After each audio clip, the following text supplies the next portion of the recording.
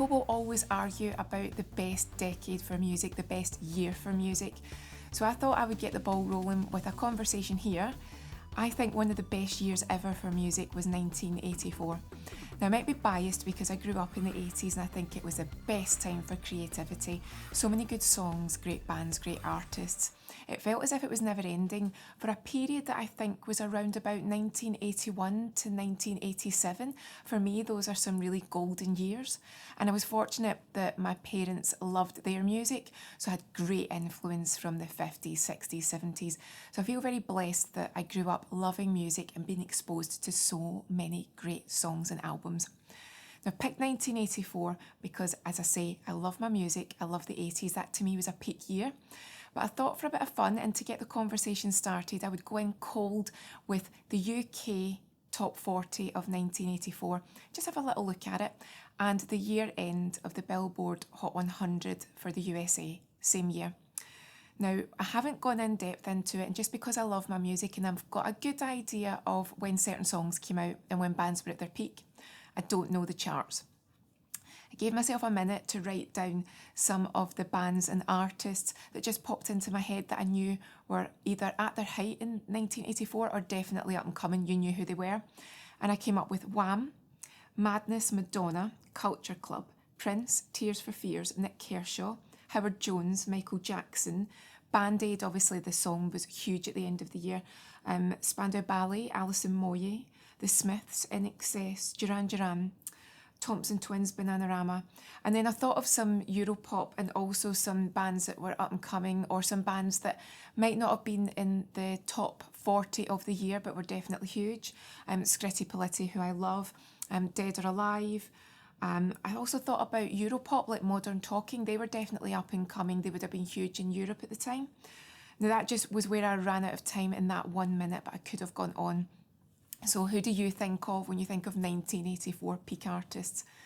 When I look at the UK official top 40 for 1984, no surprise, number one, Do They Know It's Christmas, Bandaid.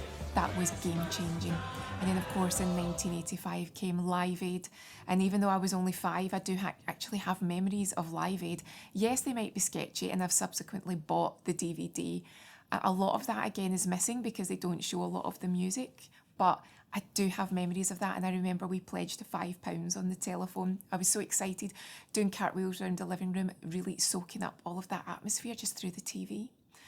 Number 2, Stevie Wonder, I just called to say I love you. A lot of people will say that they like the song, but they don't think it's his best. But it was phenomenally popular. It did so well. But I think a lot of Stevie fans and connoisseurs will say that it's not their favourite. They might think it's a little bit too sweet. But again, I remember how popular that was at the time. People loved it. And I mean, number 2 at the end of the year in the UK. No surprise. Scrolling down, 3 and 4, Frankie Goes to Hollywood with Relax and Two Tribes, produced by Trevor Horn. Game-changing. He really did change the way that a lot of bands approach how they mix and produce their music. A lot of people then queued up to work with Trevor. He was already so established at the time, but his success must have multiplied when Relax especially came out, because if you hear the earlier mixes of that song, yes, you can tell it's Relax, but what he did with it was revolutionary. Scrolling down, I won't go through everything, but you've got George Michael, Wham, Lionel Richie, Hello. The first one that you could call the joke song, but again, you can't deny it. Number 8, Black Lace, Agadoo. Hands up if you know that. Hands up if you were at a party and you danced to it. You cannot deny it was a very popular song. People will laugh at Black Lace, but if you went to parties in the 80s, then there will be so many songs that were courtesy of Black Lace that you will have danced to. If not danced, you will have heard. Superman songs, so many of them. And if you listen to my other podcast, I did an interview last year with Lizzie Webb, Mad Lizzie from TVAM. She did the exercise, and she is partly responsible for how successful Agadoo was because she used it in her morning exercise routine on TVAM and increased the profile of the song and sent it rocketing into the charts. So you can blame Lizzie for Agadoo at number 8.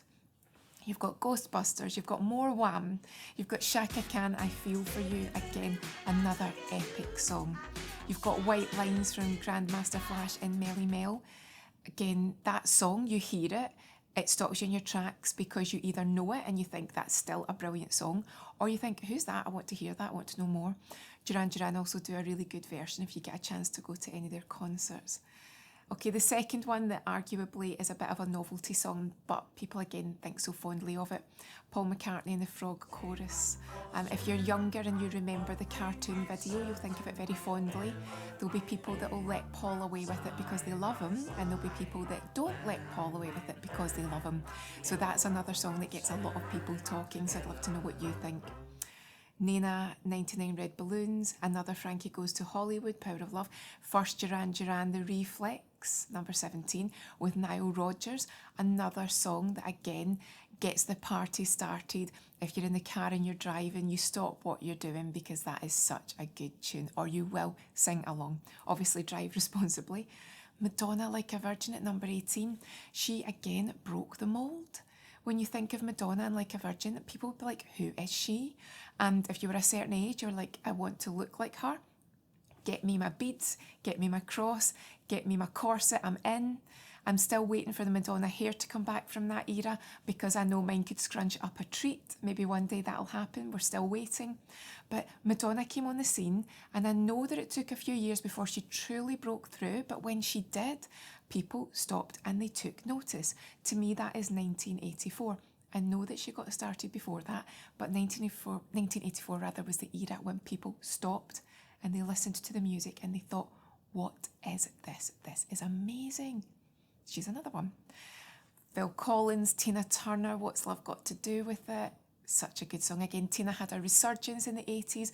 If you watch a lot of the documentaries, the UK can claim quite a lot of the reason why she got a resurgence, because things were tough in the US and she came over here and younger bands wanted to work with her here. They wanted to produce her. Martin Ware, I think, from Heaven 17 had a lot to do with it. So Tina Turner, the UK can claim a little bit of the success, but Tina is a goddess. She's her own person. Jim Diamond, I Should Have Known Better. Paul McCartney again. Queen comes in, I Want to Break Free. Who doesn't love Queen? And again, what a song.